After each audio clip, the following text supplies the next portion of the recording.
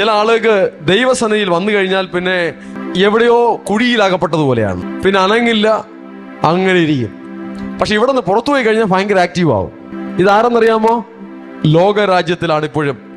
Body മാത്രം എങ്ങനെയോ ഇവിടെ കൊണ്ടിരുത്തി, പക്ഷേ സ്പിരിറ്റിൽ അവരെവിടെയാണ്? They are in the kingdom of the world. അവർ ലോകരാജ്യത്തിലാണ്.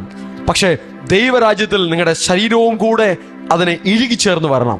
ആത്മാവിൽ നമ്മൾ ക്രിസ്തുവിലായിരിക്കുന്നത് പോലെ, ആത്മാവിൽ ദൈവരാജ്യത്തിലായിരിക്കുന്നത് പോലെ നമ്മുടെ ശരീരവും ആ ആത്മാവിനോട് ചേർന്ന് എൻജോയ് ചെയ്യണം. ഹല്ലേലൂയ. സത്യമായി അങ്ങനെ തന്നെ വേണം.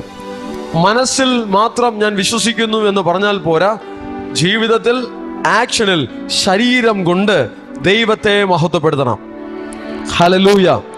എനിക്ക് ദൈവസ്നേഹമുണ്ട് എന്ന് പറഞ്ഞ് വീട്ടിൽ നിന്ന് ഇറച്ചിയും കഴിച്ചുകൊണ്ടിരുന്നാൽ പോരാ. ആരാധന മാറ്റിവെച്ചിട്ട് ആഹാരവും കഴിച്ച് ഇറച്ചിയും കഴിച്ചുകൊണ്ടിരിക്കുന്നവർ, ആരാധന മാറ്റിവെച്ചിട്ട് സർക്കിട്ടുകൾ പോകുന്നവർ, അവർ ദൈവരാജ്യത്തിന്റെ സന്തോഷം അനുഭവിച്ചിട്ടില്ല. അവർ ലോകരാജ്യത്തിലാണ്. Come in to the kingdom of God. ദൈവരാജ്യത്തിലേക്ക് കയറി വരുവാൻ, പരിശുദ്ധാത്മാവിൽ സന്തോഷിക്കുവാൻ, ദൈവ സാന്നിധ്യത്തിൽ എൻജോയ് ചെയ്യുവാൻ, ദൈവ സാന്നിധ്യത്തിൽ ആനന്ദിക്കുവാൻ, ദൈവരാജ്യത്തിലേക്ക് കയറി വരുവാൻ.